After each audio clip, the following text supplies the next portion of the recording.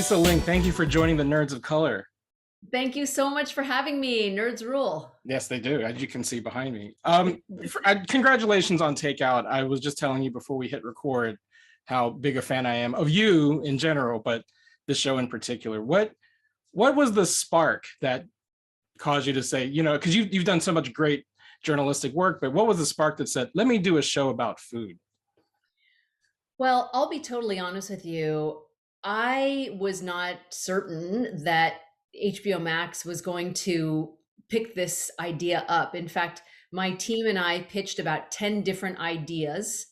And this is the one that I thought there's no way that someone's going to hire me to tell Asian American stories through the lens of food. And it was the one show that they ended up greenlighting.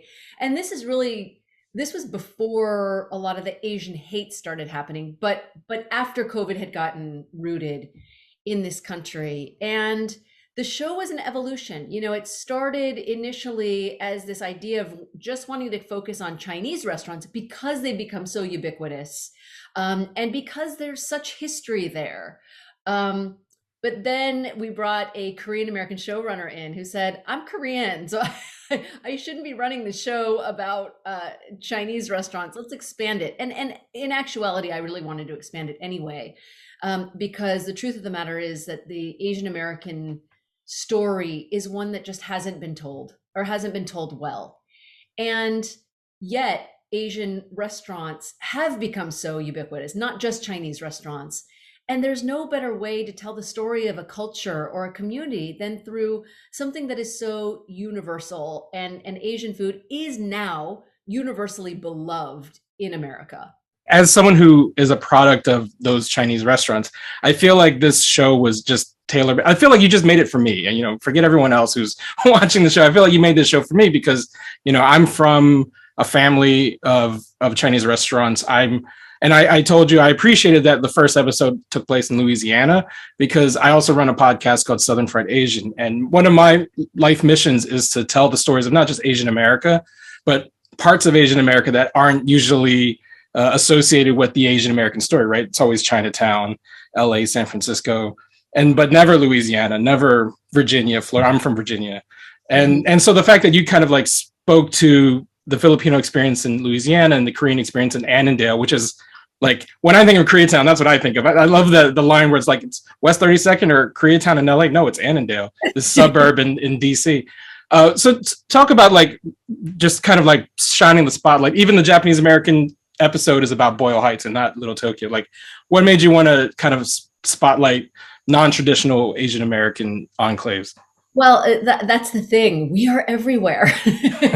And really, despite the discrimination and the scapegoating that the Asian American community has experienced for more than a century in this country, and this constant kind of othering that continues to happen when it comes to Asians in America, the truth of the matter is that we are everywhere. And we are in every sector of the American economy. The contributions that Asians have made in this country are vast and diverse, and it is such it's such a prolific community, and the way it has been depicted in media has been so stereotypical and so degrading. And over the last couple of years, we have to recognize the attacks on Asians and Asian Americans has grown exponentially in the wake of COVID.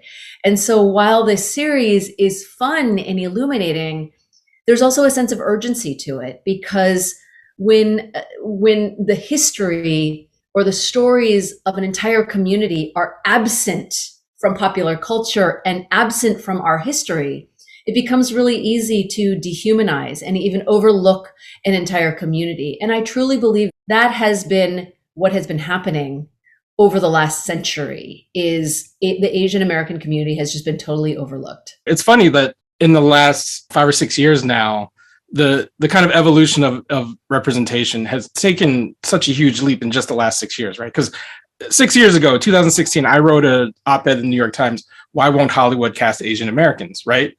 And then a year later, it's Crazy Rich Asians, it's Aquafina becomes the biggest celebrity in the world. Like you have all of these stories centering Asian Americans, and for you and I growing up, the just the number of Asian American celebrities that are able to like draw a crowd, be on the Tonight Show or whatever. You were just on Jimmy Kimmel, like that was not a thing. The Asian Americans were not on TV showing their humanity. They were always caricatures. And that's the thing about like representation, that we always talk about representation, but we don't talk about why representation is important, right? And what you said is just it. It's the stories, it's the humanity of our stories that has to come through it in order to let people know that we are here too, right? Well, It's not just tokenism. It's like we need to be seen as human in order to be part of this fabric of this country.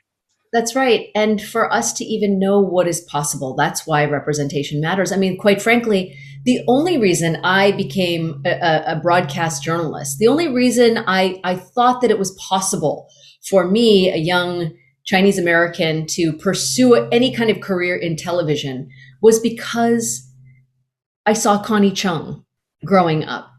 She was the only Asian person on a national stage, and she allowed me to know that it could be possible. That's why I didn't pursue any other aspect of media, because I saw this one woman who had gotten to that place. And so that is a perfect example of why representation matters. And, it's everything that has been happening with Asians in the media it's been extraordinary, but it's been bittersweet because it's been happening against the backdrop Right. of all of this Asian hate. But for a show like mine that really highlights the Asian American experience and things that Asian people actually did, the ways that Asian Americans actually have contributed to the success, to the fabric of this country, and how the discrimination that has been, experienced has been so pervasive over time. Those are stories that need to be known right now. And it's just been incredible to be on the receiving end of the response to this series. I mean, it's been so overwhelming to me because never in my wildest dreams did I ever think I would be able to do a show like this that would celebrate Asian American culture. I don't even say it was a dream because I couldn't have dreamt it possible. But every day I have just been inundated since our show premiered with messages from Asian Americans who have said, "Thank you for seeing me." Like I feel seen for the first time. And it's so powerful to me because have spent so much of my life, even though I've been on television, right? I've been intentional about trying to not really, I wouldn't say distance myself from my Asianness, but this idea of assimilation has been so important. I don't want to be, on the one hand, I don't want to believe that I got, special consideration because of my ethnicity. And at the same time, I don't want to, it's a heavy burden to carry a whole community on my shoulder. I mean, it's the burden of every person of color, right? That's like, especially when you're the only one. It's that you have to, like, am I here? Like you said, am I here because of my race? Am I here because I'm talented? And we hear that all the time from like, whether it's politicians or actors. Like, I don't want to be seen as the Asian one. I don't want to be seen as the Black one. Just see me as me. But I think to your point, that's in an ideal world, that would be, if this really was a meritocracy, that would be the case. But because of this lack of representation, the fact that Asians have only been seen a certain way, fairly or not, we carry that burden whenever we walk into a space where there are other people that don't look like us. And you talk a lot about your journey on the show, and this is the first like distinctly Asian American kind of like thing you've done. Like your other shows have been focused more on a broader spectrum of American life. There are episodes here and there of your CNN show that focus on Asian communities, but like this is your first, like, this is an Asian American thing, right? This is going to be in the Asian category on HBO Max, right, for Lunar New Year. Well, and that's why I didn't think that HBO Max would even buy off, and I was even a little bit concerned in the beginning, like, okay, this is the series they bought. Like, am I ready to do this? Am I ready to just so vociferously broadcast my my Asianness, literally, right? But again, after just seeing these unceasing videos of our Asian elders getting abused and assaulted, even killed for no reason, it's almost like it's incumbent upon me to want to tell these stories of belonging and contribution and the role that Asians have played in this country. And I couldn't be prouder. I couldn't be prouder of the show. I couldn't be prouder of my colleagues. I mean, this is the most Asian people I've ever worked with on our crew, because our showrunner, Helen Cho, specifically hired, most of our crew consisted of Asian Americans, some of whom had never worked in TV before, but she saw these diamonds in a rough, and she said to herself, I have this one opportunity to give these people a chance to have experience. Otherwise, they might not be able to get that experience that everyone is demanding. Right. So on so many levels, this show has been a breakthrough. And I never dreamt that this could be possible, but I could not be more excited and proud. It's a show that my kids love, that my kids feel proud of. It's a show that their friends are proud of. And it's really awesome. I never thought I would see this day. No, it is an amazing show. My 10-year-old self her jaw would be dropped. Exactly. Like, wait, you're going to tell Asian American stories for a mainstream? What?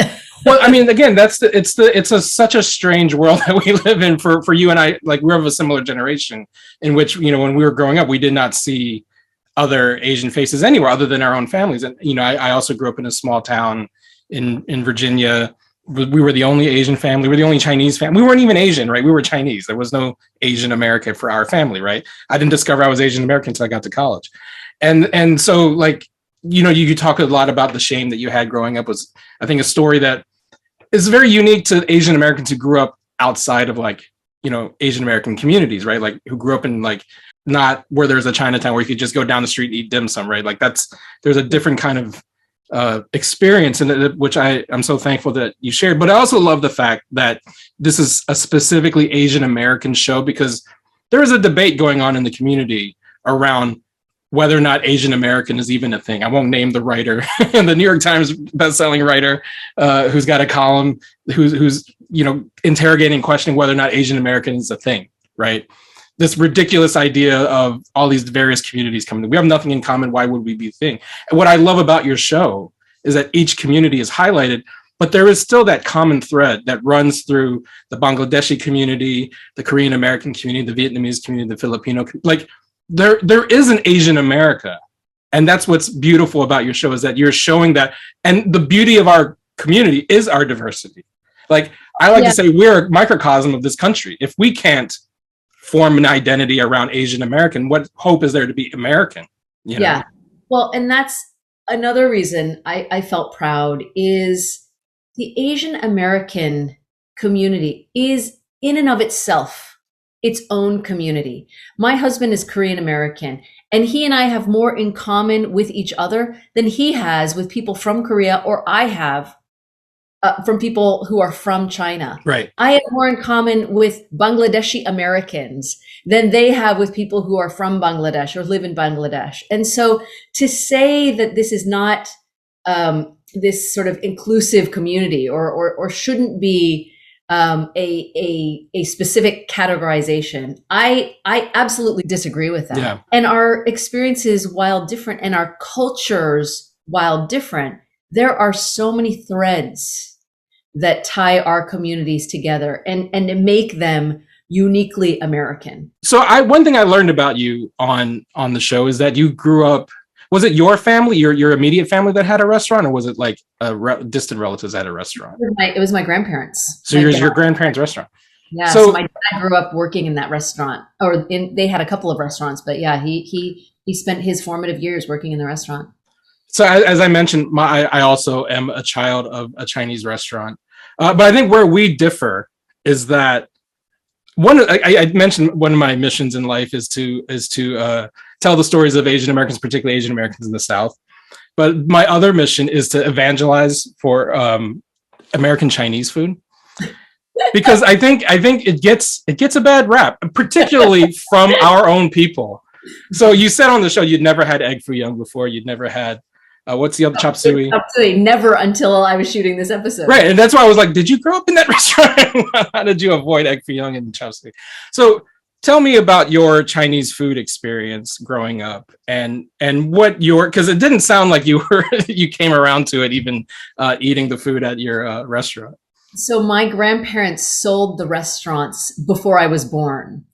And in fact, my grandparents, when they opened the first Chinese restaurant, they didn't even cook because they were educated people. My grandfather was educated in the United States. They spoke perfect English, but he couldn't get a job in finance despite his MBA from University of Colorado because he was Chinese. And so he and my grandmother spent years, they lived in a converted chicken coop, and they saved up eventually enough money to open a Chinese restaurant. And that's where they learned how to cook. My grandmother, she would just work with the chef, with the cooks in the back. And one day the cook didn't show up. And so she ended up having to cook, and they catered their menu to a non-Chinese clientele. And so there were things like egg foo young and chop suey and, all these other dishes. And so when I was a kid, she just wouldn't cook those things at home because that wasn't real Chinese food. So the only thing off of the menu that she would cook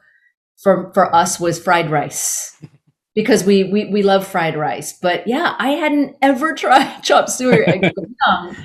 And there is a big distinction. And I guess for me, when I moved to Los Angeles at 17, and this whole diverse world opened up to me, and I had access to the best Korean food, the best Japanese food, the best Chinese food in Chinatown, but in emerging San Gabriel Valley, my palate just evolved. And now all I want to eat is Asian food, but I still haven't really developed the palate for Chinese American food. Yeah. So, I love Panda Express every now and then when There you go. I mean, and they are an Asian American success story. I mean, I'll just say this as someone, again, who evangelizes for that particular cuisine. And I do think it is a uniquely American cuisine, that it's absolutely right. But I kind of reject that it's made for white people, because, it centers white people in our food, and I still think it's our food. The way I kind of think of Chinese American food in particular is that it is what we were saying earlier. It's uniquely Asian American. It's about a story of survival, right? It's about adaptation. And to me, that's what's so powerful about all of those dishes that we kind of like laugh at. Like, I remember there was this BuzzFeed video with a bunch of millennials taking Panda Express, and they're all like, oh my God, it's so gross. But their parents and their grandparents are like, it's all right. It tastes okay. It reminds me of something I used to eat. And I think a lot of it, I come from a Toisanese family. A lot of it is actually, versions of Toisanese food, like egg foo young, even chop suey. You can trace that back to like the villages of Toisan. So, I also like get in arguments with people about like what's more authentic, boba tea or chicken chow mein. And they'll say, oh, boba tea, right? But boba tea's only been around since the 80s. Right. Chinese people have been making chicken chow mein for 150 years. So what makes it more authentic, I will give you that it's distinctively Chinese American. Right. Because to me, and as a kid, my grandparents, like, they wouldn't, when we would go to Chinese restaurants, if there were no chopsticks at the restaurant, you knew to kind of turn around and go out the door, because it wasn't being prepared for you. And that was the case in the restaurants that my grandparents owned in the 50s. Right. There weren't a lot of Chinese people around, especially where they lived in Carmichael, California.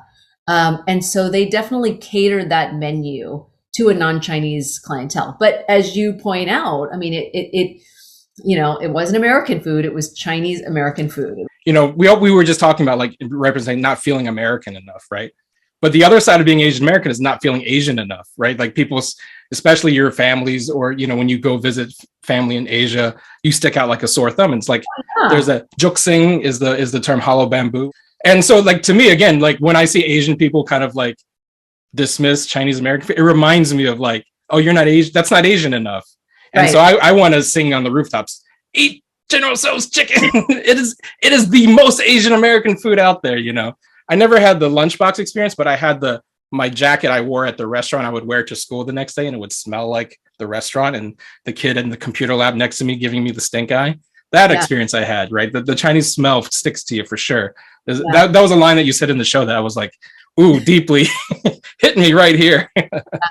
Well, let's just say that, I think our whole country has evolved tremendously. I mean, my kids, not only do they take noodles and dumplings and seaweed packets um, to school, but their white friends and their black friends and their Latino friends do too. Yeah, I mean, I think I forget which episode you mentioned that like your kids don't have that shame. I think it's the Bangladeshi episode you were talking to Sola. Your kids don't have the shame of bringing of that lunchbox moment. My daughter's the same way. They, Like, my kids would take kimchi to school if I let them.